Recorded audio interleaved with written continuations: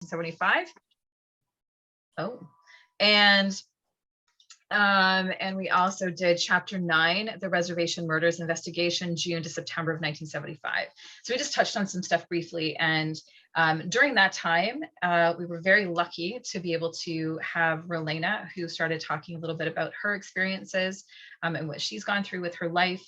And she just touched on some amazing things. And so we really wanted her to come back this week to be able to talk more in depth and have the full 30 minutes to be able to talk about her life and the things that moved us last week, you know, most of us to tears at one point about some of the stuff she talked about. So that was really important to us to do that. And then I did want to also just mention that today is Missing Murdered Indigenous Women, Girls, and Two-Spirit People, both in the States and in Canada. Some of you, most of you don't know me, I'm actually Canadian. I do live in Georgia. But we wanted to make sure to honor that day, honor this day. I think that, you know, domestic violence in general, I think it's touched all of our lives at some point, either us personally or people we've known. And specifically for Indigenous women, we are at higher risk than almost any other group to have, you know, to be murdered, to be attacked in some fashion. So did want to respect that today. And I think lots of us are wearing red to respect that as well. So and that was all I wanted to say. So I just wanted to hand it over to Dawn. She's going to actually facilitate and host so that she can ask Rolena some questions and we get to hear her amazing life story, or at least part of it. Okay. I keep wanting to say I'm Dawn and I'm an alcoholic. That's a different meeting. Hi, Dawn. If I mute everybody, it's going to mute Rolena, right? Yes, Well, but that's I know okay. them individually, so we're just going to ask that we let Rolena talk. Yeah. Raise your hand if you have a question for her. And if she's busy talking about something, she'll get to you when she can, or put it in the chat. But let's give her the respect of listening to her. Rolena grew up in the Pacific Northwest. Fishing was a way of life for her. And this produced consequences that turned into a political arena that affected her tribe, her family, all the tribes in the Northwest, eventually participated in early political struggles, such as the Trail of Broken Treaties, the Siege at Wounded Knee 2, and other activities related to Leonard Peltier's incarceration. Rolena has helped with his defense committee in Canada, and she is a family member by her sister Tico. She is also related to Joe Stuntz, who was the only true murderer during the Oglala shootout. And Rolena, before we start, this was Kim's idea. I drew this. Oh my God. So this will be coming in the mail to you. Thank you. There's fishing nets. And the ocean colors were Kim's idea. Wow. Thank you so much. That will be coming in the mail to you. Oh my gosh. And we will give you the floor, my friend. Tell us about how you snuck into Wounded Knee. You want to start at Wounded Knee? Start with whatever you want. With the Trail of Broken Treaties, maybe. Yeah. Let's see. Maybe I think I was probably 15 because it was before Wounded Knee, 14 or 15. And I was present at the meeting when they came to the decision to create the Trail of Broken Treaties, how they would use the Lutheran churches, the Catholic churches, the different kinds of apostolic, all the different churches that participated in backing. Well, I guess where that started was in the Pacific Northwest. We had quite a backing of churches that backed up the fishing rights struggle and the encampments that we would have during the early time.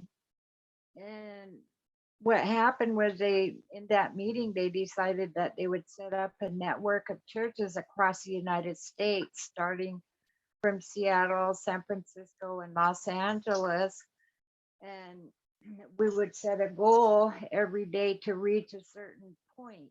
And when we got to that point, the churches would take and feed everyone, give us, open their churches and their basements, homes, everything for our needs. If, we needed to sleep at night, or usually we would have a gymnasium, or if someone had access to a school gymnasium, they would open it up so we could have the people on the trail could all gather and have their drumming and their nightly meeting and planning with the leaders, and address any problems that were coming up as we go along, because we didn't have it all planned out to the T. It was as we go along to see what happens. And I guess that's my first memory, was in that meeting. And because I was only 14 or 15 years old, I was there because my friends were older. Those were the ones having the meeting, and I was more or less spectating, listening, and participating as a body, a participant, and if I could help organize, or if there were jobs at my level that I could do, I was more than happy to do it. We worked in teams, and I don't remember who the head leaders were. I guess what happened was we reached some of the political leaders in California to take over in California and San Francisco and in LA, and different ones at key points across the United States that were going to start gathering and organizing ahead of us before we got there. They would, along with the churches, besides them feeding us, and we had to organize money for gas for all these cars that were coming into people, besides feeding them and putting them up at night and keeping everyone safe. So we were able, I got to go to a meeting to one of the Lutheran churches with Ramona Bennett and Allison Bridges and I think Suzette Mills. And we kicked off the beginning of the trail, asked them for financial help for gasoline and oil and everything, cost to kick the trails off. And so they gave them an amount, I think, of $10,000 to pay for gas, and split between the leaders that were organizing and being head leaders as we go along. So that was exciting. It was one of my first experiences seeing how they organize and go to meetings and address important people. They were really, these churches were really nice people, but very important in the community. And let's see, so I guess at that point it's important to say that I'm a spectator because I'm a kid yet, but I get to go to all these important meetings and watch and learn. And at the same time, at that age, let's see, I had to be 15 because I was in high school and I needed one credit. I was way ahead of my game there in school, and I only needed one credit to graduate. And the US history teacher wouldn't give it to me because my all important report that I made was about the United States government, the US presidents, and how they treated Native Americans.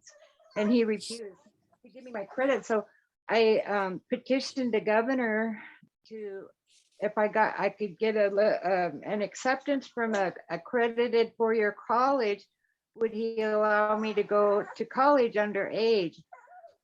And so just kind of a side note that, yeah, he did. And I was accepted, and so I'm at this age, I'm in college, so going to these meetings at the same time, I'm taking notes and reporting to my sponsor at the college that allowed me to go do these things. So it was kind of a really organized, all important thing on my part to be able to handle it at such a young age. And my sister Tico Rabadoo, who married Steve Rabadoo, who is Leonard Peltier's first cousin, their mothers are sisters, took responsibility to my mother to allow me to go. Okay, at this point, I gotta pick up my baby. I'm It's sorry, okay. guys. It's okay. And okay, honey. Okay, No worries, Rolena, we're here. okay, okay, okay. Mm. Tico, Tico. Okay, okay. Oh, I should have made a bottle ahead of time. So,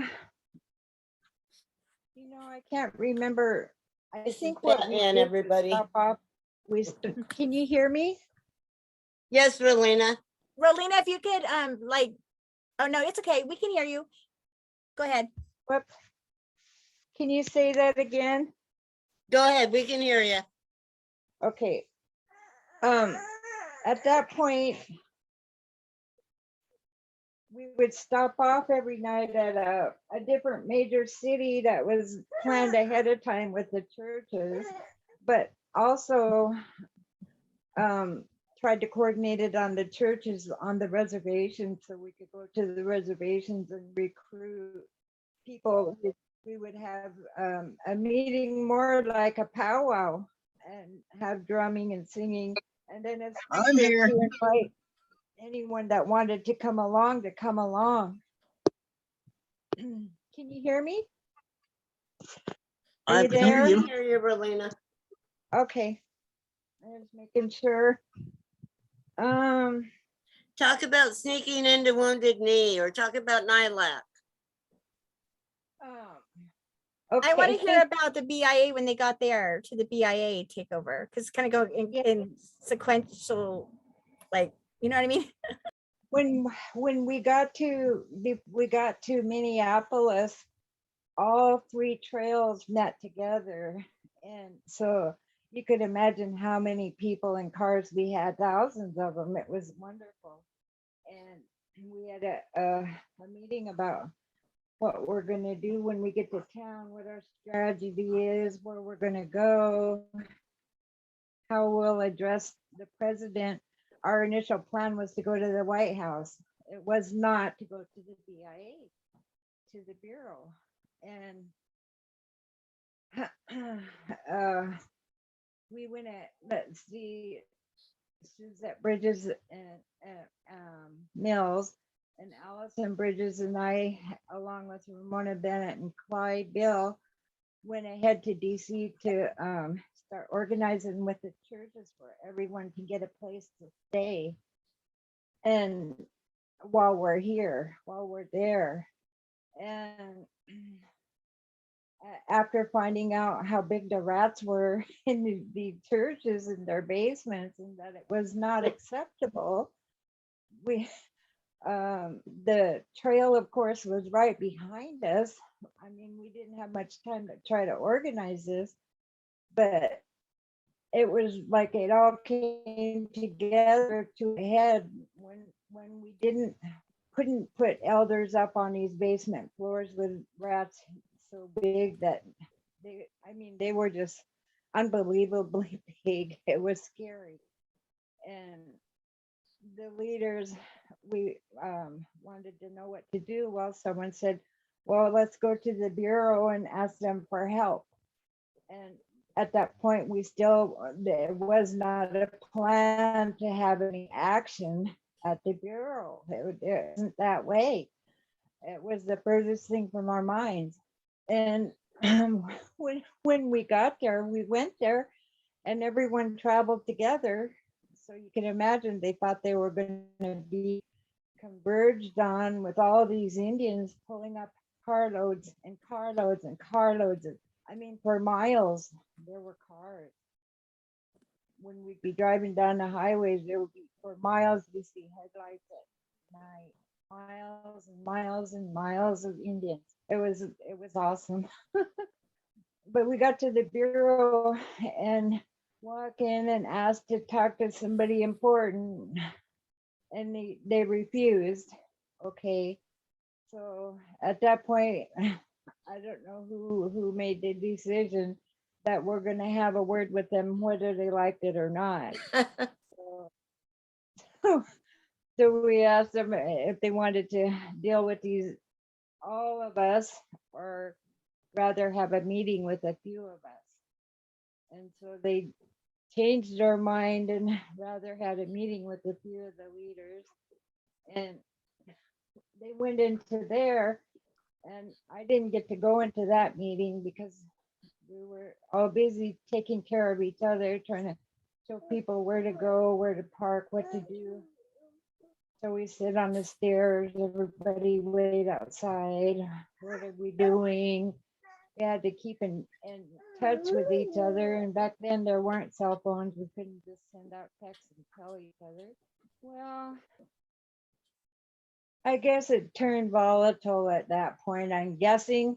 I don't know. Some of the others would be better to ask because my memory, like I say, I wasn't in that meeting. But as the minutes turn, the next thing you know, it just seems like it happened. It wasn't planned. It just kind of happened that way.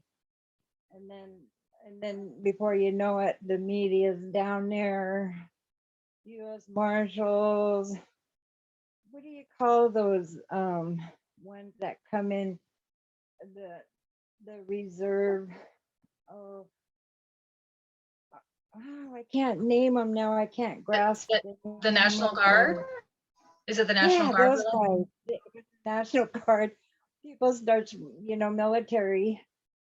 And so we take that as a threat. And so people started barricading themselves in.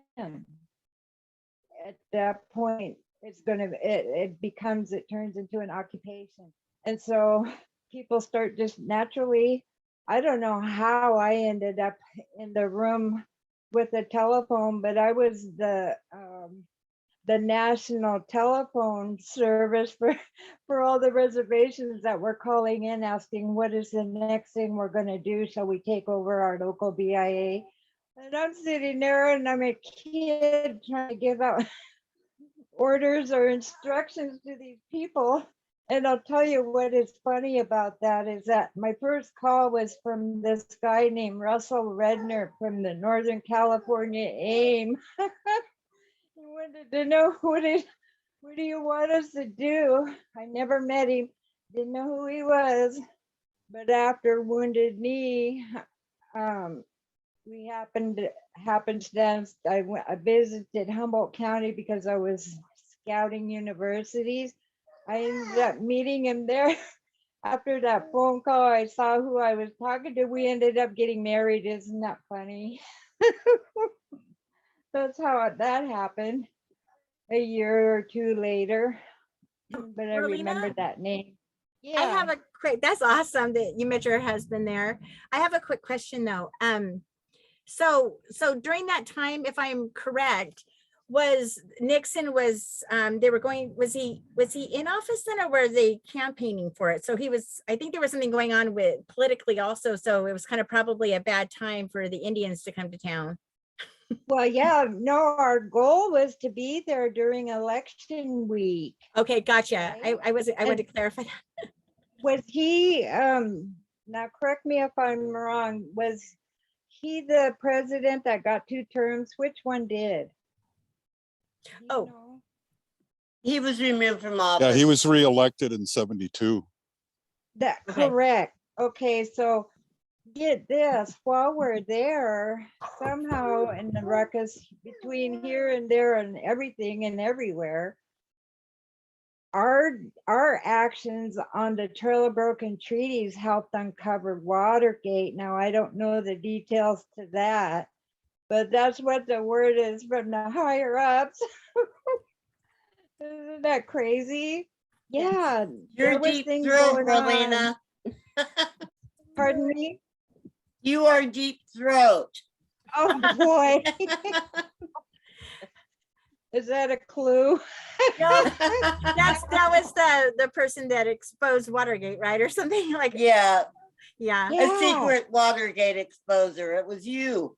yeah. it was. Oh, I was head of the telephone there, and it was crazy. I talked to every nation under the sun, not knowing, taking minute by minute. It was just so exciting and all brand new and everything. And just, I'm telling you, there was no stopping me there. Oh, wow.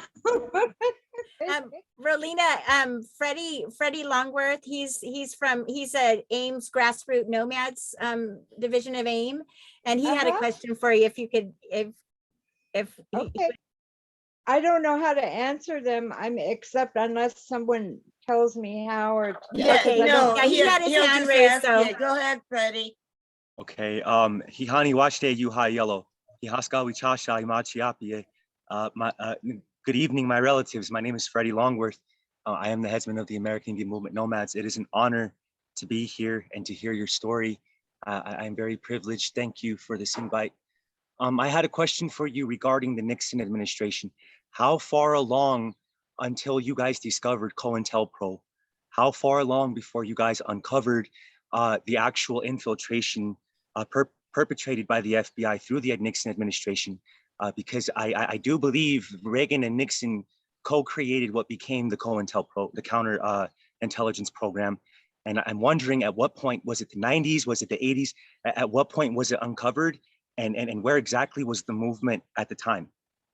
I'm thinking now. I started out telling everybody I have a hard time remembering everything because my memory is not serving me anymore very well, but I'm pretty sure it was the 80s. I just feel that that's right. I well, don't know. Well, COINTELPRO, the counterintelligence program, are you seeing when it came to an end? I think it's still going because Leonard's in prison, but it actually started with the J. Edgar Hoover administration, which was even earlier than that. I'm not good with those dates, but it was even prior to Nixon. But it was probably being exposed in the 80s, like Rolena says. Probably people were becoming more aware of it, and through Freedom of Information documents, they were like, what the heck's been going on in our country, Yeah. And like I said, I think it still goes on today. It's just called something else. They're still abusing their authority, and they're still abusing their power, and Leonard Peltier is still in prison. That's my 2 cents. Yep. Absolutely. There's so much ground to cover where Leonard's concerned, where all of it's concerned. It's overwhelming. I couldn't, if I could, remember everything in order, it would be just amazing. I don't know how, but where was I gonna say? At the same time, okay. Now news of that came like way after we ended up back home, and they came to the agreement with the 20-point proposal. They gave them money for gas for people to get home. My sister and I and Clyde we were in college, like I said. We put our money together, bought a car to drive back. And what I was leading to, I'll see if I can remember.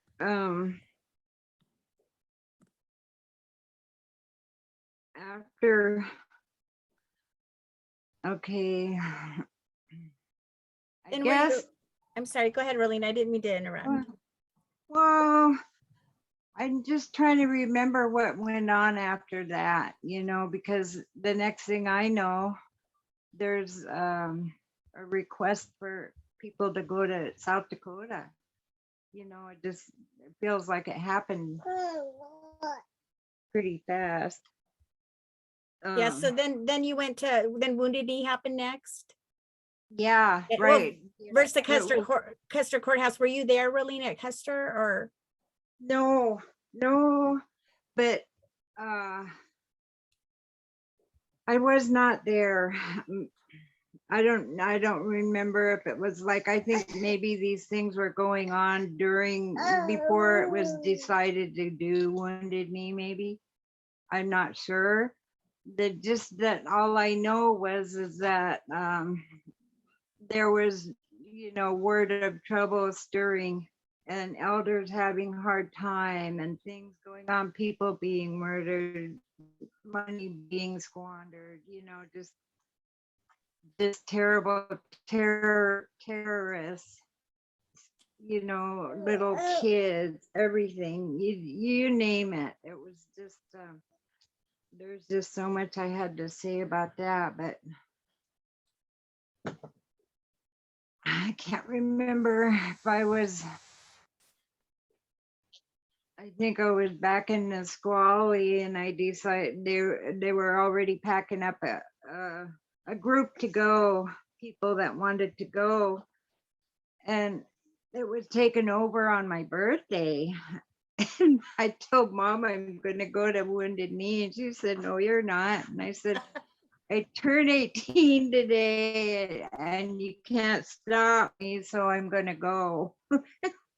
So there was nothing more said after that, and I didn't see her. I got ready and left with a carload of my family, everyone we could muster up together to go. And we get there over there. Were already there organizing. I think my sister and her husband were already over there organizing by horseback on food and anything, medical supplies and reporters, access points, just so much that had to be organized. You just jump in and you take over what you're capable of, is how that goes. You just do what you can do, whatever it is that you're good at or that you have the skills for. But when we got there, we went to Porcupine to see where my sister was, I think. Well, there was an elder, and I wished with all my heart I could remember their name, the elder couple. And they took us into their home and they said, our grandson, well, he was 14 years old, mind you. Our grandson will lead you in tonight. We'll take you guys by foot. And that's the only way we can get you in. And so we got ready and just come about dusk or just before getting dark, we all gather around outside. And my mom was there at that point. I knew she'd follow me. Her and my best friend Allison's mom, Maso Bridges, was there. Well, when we started out walking, the elders couldn't make it or keep up, so they turned around and went back. And the younger ones of us, there was a big group of us, and we went in 2 or 3 different groups as we had to split up.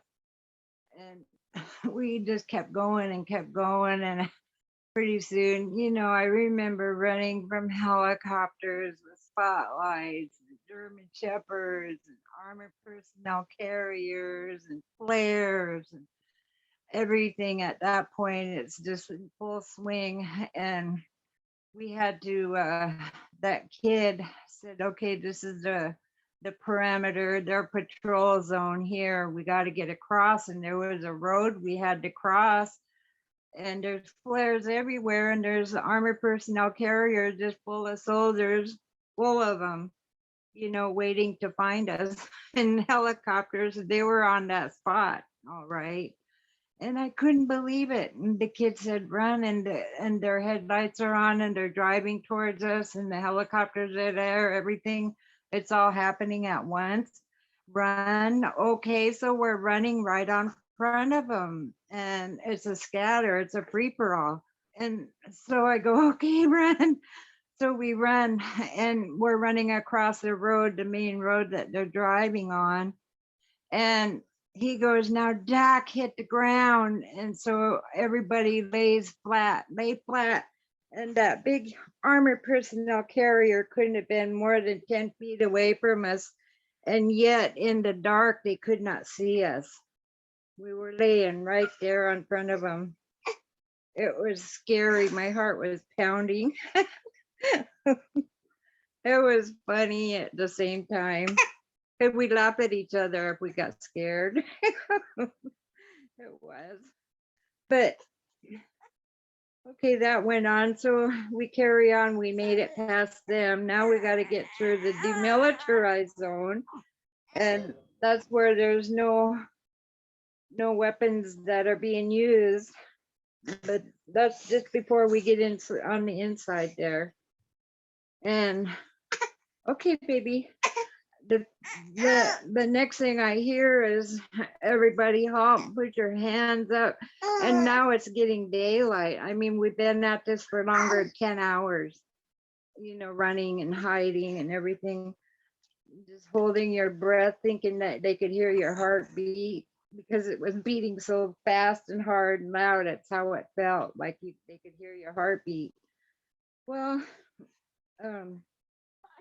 so we stop in our dead in our trail there, and everybody kind of looks at each other. What do we do? Are we surrounded? Are we gonna put our arms up? We're gonna fight? You have to think in that split moment, in that split second, what we're gonna do. And usually one takes the lead. My baby's helping me tell the story. One takes the lead and makes a move, and whatever happens, everybody follows suit. And somebody said, wait a minute, who is that?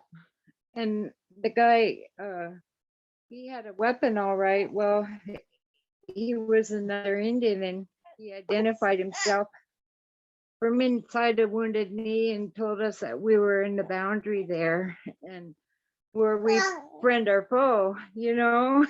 We had to know who each other was.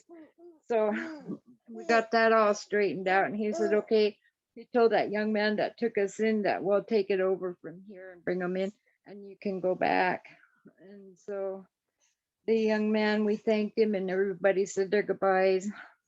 Okay, baby. Okay. And it's daylight now, and they lead us in. We get in safe.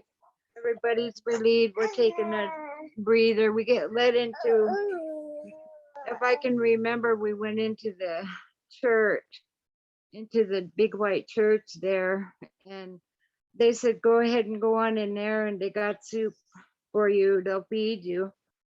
So we go in there, and they have this big, giant, industrial sized pot, and then it looked like it was going to be soup, but I looked in there and it looked like one of those big cans of Campbell's soup with about 10 gallons of water on it. That's what they were eating. I told them really kindly, thank you so much, but no thank you, I can't right now. I'll just rather sit down and catch my breath. And then I turn around and I look up, and there's Maisel Bridges and my mom sitting there tapping her fingers. I don't, what are you doing here? She beat me in there. And the last I seen them, they turned around and had to go back. Well, she said, sure, we just drove right through. And I said, you drove through the barricade? We're all laughing at each other. Yeah, she said they drove right in.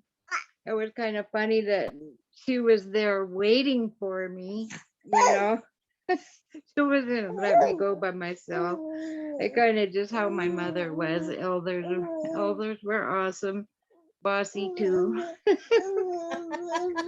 Yeah. I guess you got that one because she was large and in charge, and boy, was my grandmother even bigger than her. She was the law, my grandfather would back grandma up. Well, that's what mom wants and that's what mom gets. Whatever grandma said was the law. We had to abide by it too. Oh. So, Rolena, can I ask you a question? oh, sure. Were you around when Pedro Crow Dog was born, when Mary Crow Dog had her baby? Yep, I was right in there, not in the room with her, but we were all there. Everybody that was in Wounded Knee was there when he was born. Oh, because Mary and I and my sister Tico were friends Yeah, from the Trail of Broken Treaties, and that was before she met Crow Dog, right? yeah. So, I mean, we knew Crow Dog too. We just didn't know that they were married and together and having a baby. By the time we got to Wounded Knee, though, she was my first contact that I sat down and talked with was with Mary. She took me in this little house in a room and she sat down. Oh, how are you? I haven't, what's been going on, blah, blah. I married Crow Dog, just catching up. And somebody kicked the door open and it was Crow Dog checking up on us to see what we were doing. You seen it was us, so then he closed the door and went away. He let us talk. But yeah, that was she was ready about then. I can't remember what day he was born because I lost track of time by then. We didn't know what day it was one from the other. But We lost him a couple of months ago. I'm putting together a tribute page for him with his recordings. I'll send you a link. oh, thank When- you. Yeah. It's I gonna don't- be crowdogsparadise.com, but I'll send you Because a link. I've only ever seen him as a baby. I've Yeah, never seen him since. She has some Yeah. pretty cool songs of him singing, and I post them sometimes on Twitter, and they always cheer me up. yeah, Yeah, he I do. was amazing with his chanting and drumming. Rolena, you were saying, Oh. you Else had a have story. questions for Rolena? Oh yeah, I'm sorry. Pardon me? I'm asking if anybody else has questions for you. We're kind of hogging you. Oh, okay. I have a question. Go What was it like experiencing that time during the, I don't know, you say you have a hard memory. I just really want to feel what it was like to be there. I think it was incredible, coming in like you guys did, and just the intensity of horses and the nighttime and the tracer fire. Like, what was it like? Just like knowing like this was all or nothing. Like when I you guess as a when you were young- led in, what did it feel like when you were led in? Like, were you worried they were going to turn you guys away, or what was it like at that moment? Oh. Was it scary? No, at that moment, we knew we were safe because everybody we knew and their mother and my mother were in there. It was just getting there that was the scariest part, right? Yeah, it was getting past their zone, that they were trying to block us from getting in. They knew that we were walking in. They knew we had a trail going on. Were they And- shooting at you, Rolena? Oh yeah. And that's, oh my baby. Oh, Oh, look at the baby. He is so beautiful, Amy and Rolena. he really is. Thank you. We love you. Thank you. Like, Oh. And of course, your mother was there waiting for you. If Amy did something like that, you would be there waiting for her. yeah. Yeah. It was the funniest thing. I just go, oh God, it figures, But then, okay, the story, we come around to the first firefight, the major firefight, which I didn't mean to not answer that young man's question. But speaking of firefight, the first one we came into, everybody run for cover. So you go where the nearest place, whether it's out in a field, in a ditch, or one of the buildings, one of the houses, or in a bunker. Okay, you run for cover, and this is at nighttime, and you can see the tracers flying, and the the the bullets as they're firing them, you can see them one after the other, just like fireworks, in other words.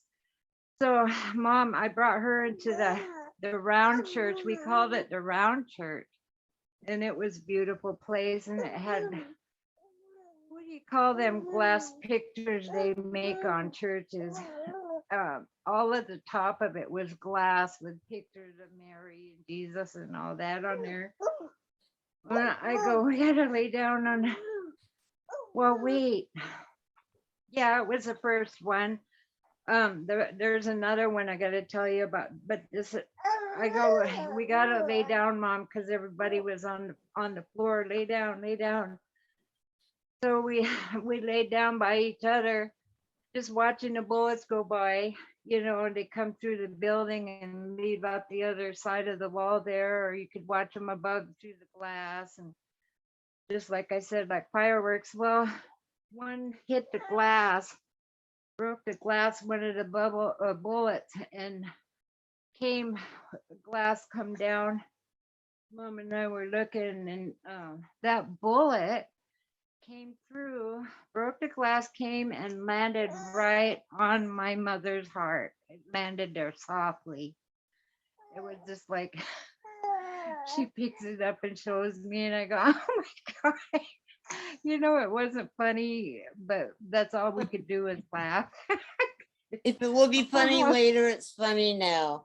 Adele Yeah, wants to know if it was stained glass. Oh, that's what it was. Yeah. Yeah, that's Oh, what it was. But no, a real bullet did land Mom. We gave it to Crow Dog, the medicine man, and they took it in the sweat lodge, and that bullet came out of that sweat in the shape of moons and star and sun.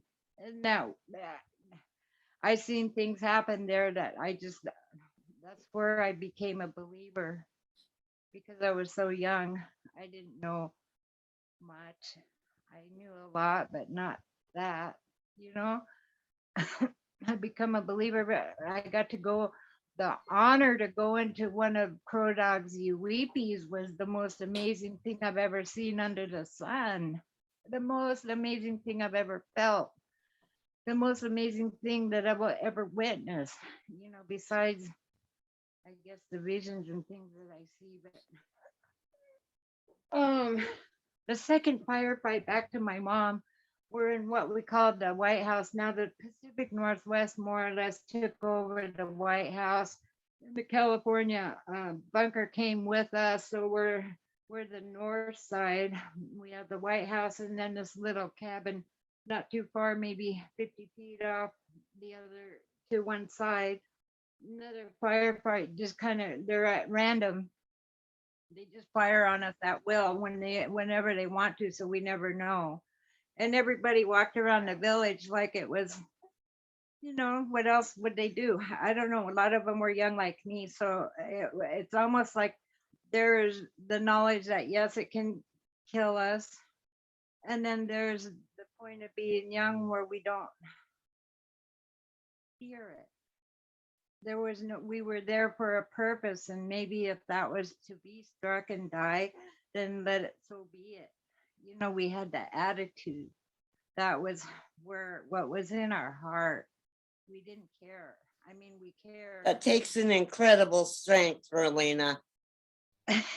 it was just what you do. I don't know. It's just what we did, I guess. Did you But know Stephanie Autumn?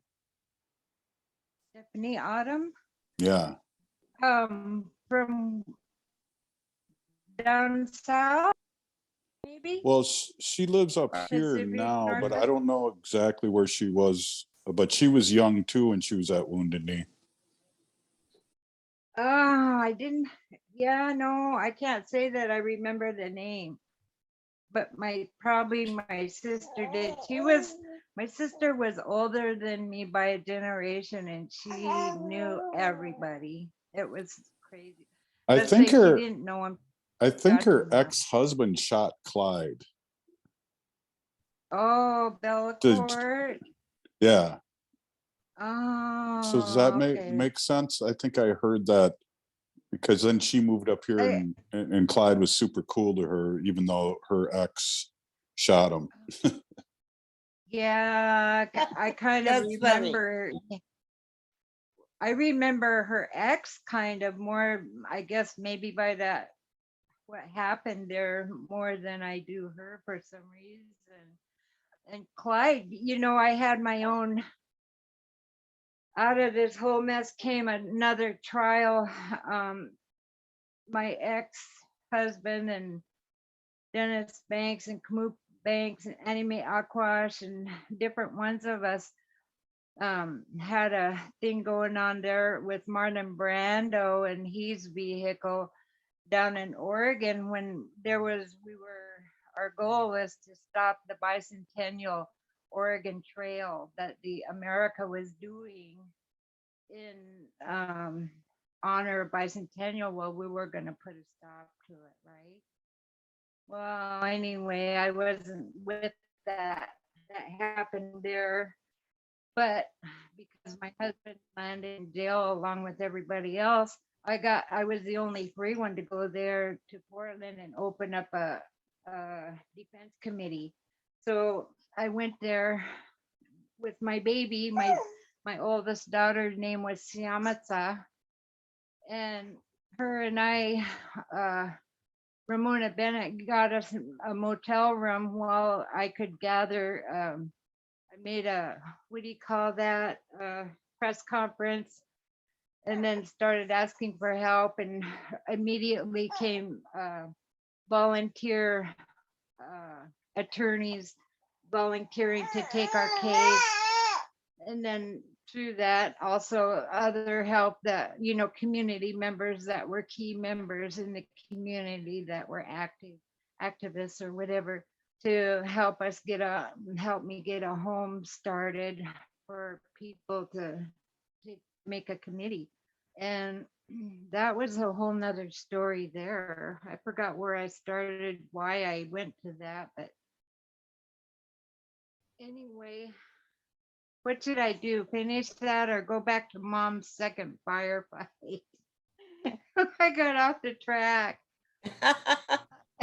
Second firefight. Does anybody have any questions? Okay, talk about Mom's second firefight. Okay, so we're in the White House and Mom's in charge because she's the local cook. Her and I used to she would be head cook and I would be her assistant cook. We would do like the elders conference they had up in Snoqualmie Falls. Mom and I were the chief cooks there for that conference, that particular conference where we met Sasquatch for real. But anyway, she took over the White House and because she was a chief cook and I was her daughter as a helper. Well, the firefight breaks out at random, like I said, and I said, well, it's got it downstairs, Mom, we better go downstairs, at least we'll be safe. So I take her downstairs and we go sit down in this one empty room, and it has a, what do you call that? A chest that them huge chests that you can put a key and lock on. A locker chest, you know what I mean? A cedar chest? Well, like that, only it was kind of metal, like they probably get in the army or whatever. A foot locker. Yeah, there you go. Okay. I lose my words really bad, but I do too, Rolena. It's okay. Yeah. I go, let's sit down right here, Mom. There's no furniture in here. So she says, okay. And she lights up a cigarette. My mom smoked Camels her whole life without filters. Well, she lights up a cigarette.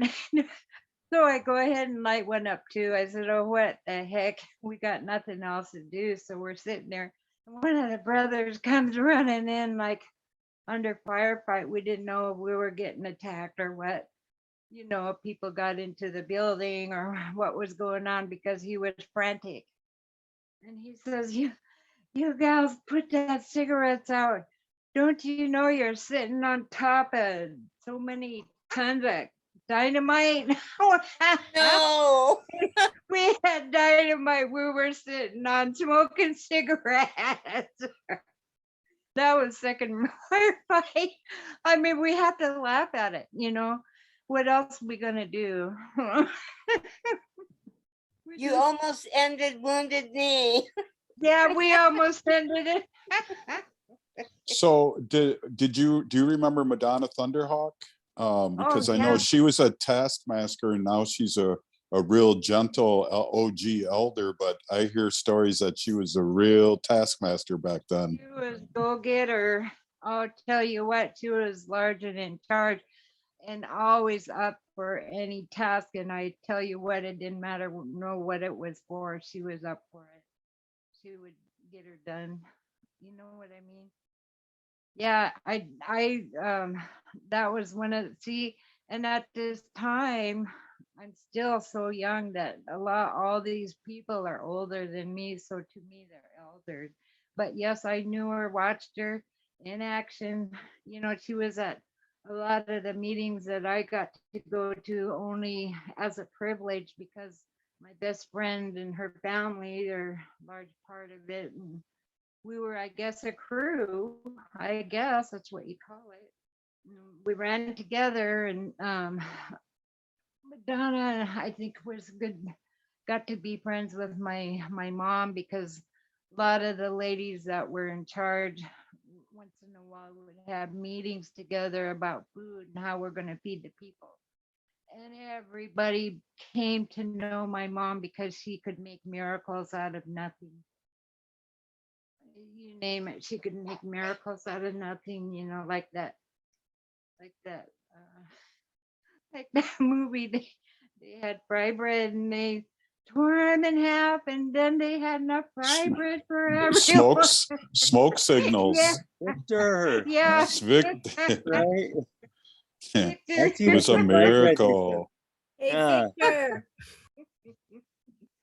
Yeah, mom could make it, you know, she could make bread, she could make, you know, just with a little bit of meat, make gravy enough for it to cover that bread for everybody. It was just insane. People were coming over there to our house to get fed because there wasn't food anywhere. There wasn't food. And because I guess what you call we're friendly people, I don't know. We had our own connections. When we came, we brought semi full of smoked salmon. We brought with us when we went to Wounded Knee, and we brought a truckload of cartons of cigarettes, case by the case. We brought cigarettes. We brought just our own supplies, I guess you could say, and 2 horses. The guys, Sid and John Chiquiti, rode the horses on horseback when we went and made the trek into Wounded Knee. They rode their horses. It was quite all spellbinding, I'm telling you. And I guess what it was like being under gunfire and hunted down like animals. All you can do is run for your life.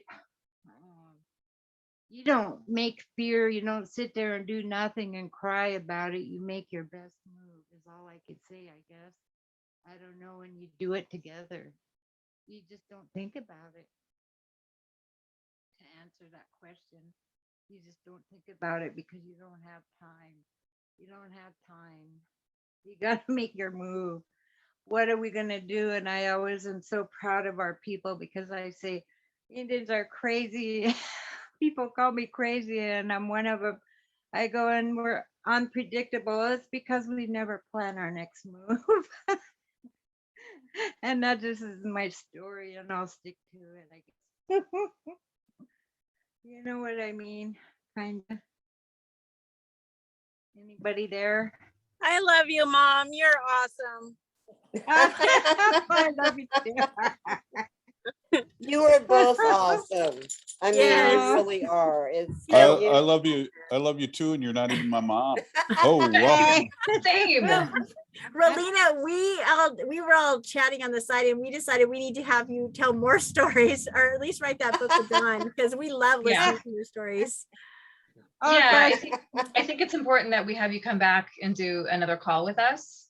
Yeah. am I running out of time? Because I wanted to tell one last story about. Tell You one go and last tell the story. story. We want to hear it. You tell it. Okay, it's not about being an action though, it's a story of honor.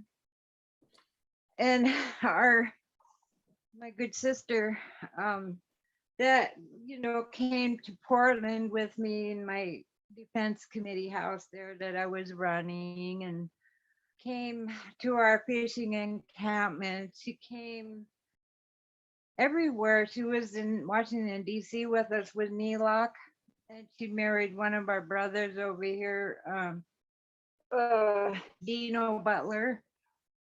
But all of us, along with Leonard too, we all were a team. We traveled together, you know what I mean? And we go to places together, go to happenings together. Well, when she passed away, she split up her ashes and sent me and my sister part of her remains, and asked that we handle them in our own way, in the best way that would honor her, that because she was honoring us with her remains, asking us to do that. Well, I gotta go off screen and just talk, but so we hired one of the local fishermen to bring us around Edda's Hook on the boat with Neelock's remains, and go out to the mouth of our one and only Elwha River. And that's how she went fishing with me and Mom on this river. Okay, we stop at the mouth, but on our way around Edda's Hook now, it's 8 miles to get to the mouth of the river from where we left downtown at the boat haven. We get around the hook, and now we're in open water and international water out there, trying to get to the mouth. And I'll be darned if I wasn't standing there looking out on the water, and the whole boat. Neelock's thing was, Greenpeace, of course, out of San Francisco. She was head of Greenpeace. Well, her animal was the dolphin, and everybody knew that. We'd get her dolphin earrings, dolphin t-shirt, whatever, necklace. But I looked out on the water, and the boat is surrounded by hundreds and hundreds and hundreds of dolphins. They came to escort our boat out of the mouth of the water there where we were taking her. That is perfect. When we stopped the boat at the mouth out there, my nieces were with us. Those dolphins stood up in honor. They stood up, standing there out of the water, all in a circle facing the boat while we're doing the prayer. The most amazing thing, they knew who she was, and they came. I believe they came from All Point. It was an All Point bullet, and I call it for Neelock that time. I'm sorry. Amazing, amazing. It is amazing. We're gonna get these stories written down, Rolena. All right. That would be Rolena, nice. that's so beautiful to hear that story. If you guys don't know, Neelock was Dino Butler's wife, and Dino was one of the I'm not sure if I say Robidoux, Bob Robidoux was, and Dino Butler were the one gentlemen that were arrested. But they were found not guilty for reason of FBI misconduct. Correct. And self-defense. And self-defense. Another one along with them was But they were tried my separately. My little brother Norman Charles. Now him and Joe were together. We all traveled together, just like I say, we were a crew. when I say he was family, I mean, we're family. Neela Joe our was the only true murderer on that day in Oglala. Yeah. That's Yeah, right. we went through everything together. I am so sorry for your loss, Rolena. Yeah. Yeah, it was amazing when the owls came to me and told me about Joe. It was just the most amazing thing because I'm riding up the mountain and these two big giant owls are one on my left shoulder and one on my right when I'm riding horseback, and they're looking at me and talking to me and I don't understand them. I don't know what they're saying. So I know something's wrong and I get off and I go back to the car. And there's nothing works. There's no electricity. There's no radio waves or nothing. You can't listen to the radio because there's no reception. But when I started the car, the radio turned on for some reason and it gave the announcement of 2 FBI agents and 1 Indian. And it was my brother Joe. Well, I didn't know who it was yet, but I had to drive 80 miles to the nearest telephone booth down out of the mountains. I had to come out of the mountains to go find a phone, and I go down and I call my grandfather and I ask him, Grandpa, what's wrong? It's Lee. And he says, it's our Joe, honey, you gotta come home. Joe, yeah, we lost Joe, honey, come home now. I said, okay, Grandpa, I'm on my way. That was how I found out was the owls came to tell me about it. My baby's smiling at me. You're a sweet boy. Oh.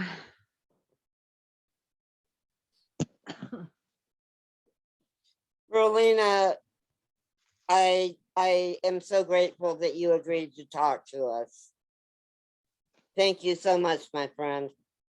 Oh, you're welcome. Thank you. We love you, Rolena.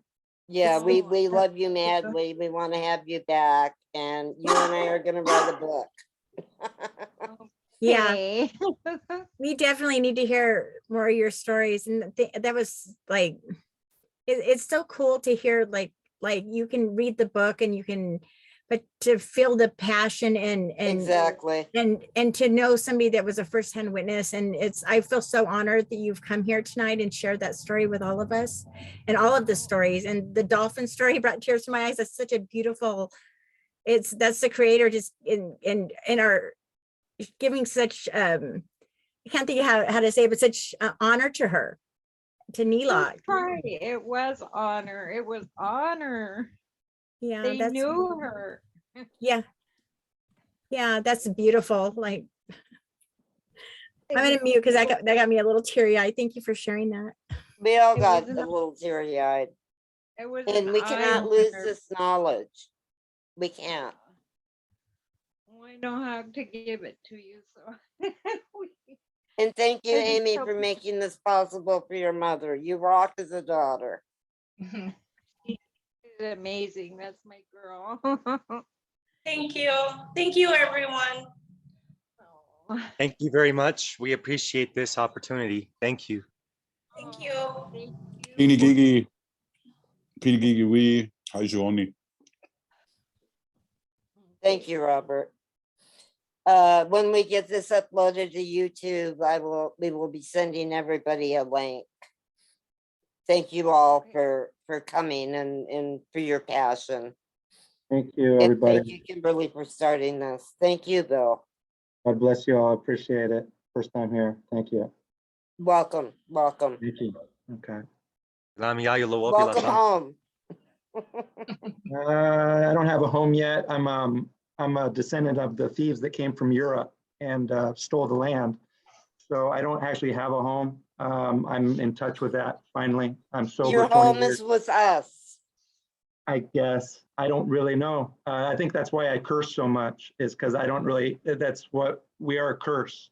And we haven't. I feel you on that. I am 99% Viking and evil German. And she's 98%. Lakota. like Ota. He's honorary like Ota. I'm I guessing have a it's traceable Viking. code of blood and I was adopted into the Crow Dog tribe, Okay, okay. but I Uh, feel you. Bill, your heart is red. And Your heart as is long as red, we are and we willing all to bleed connect to red. that. Right. God is red. exactly. Right. But listen, you It- guys, real quickly though, like, just a reminder to everyone, like, I'm Anishinaabe. And We're losing you, Kim. Kim's Fine. having tornado issues.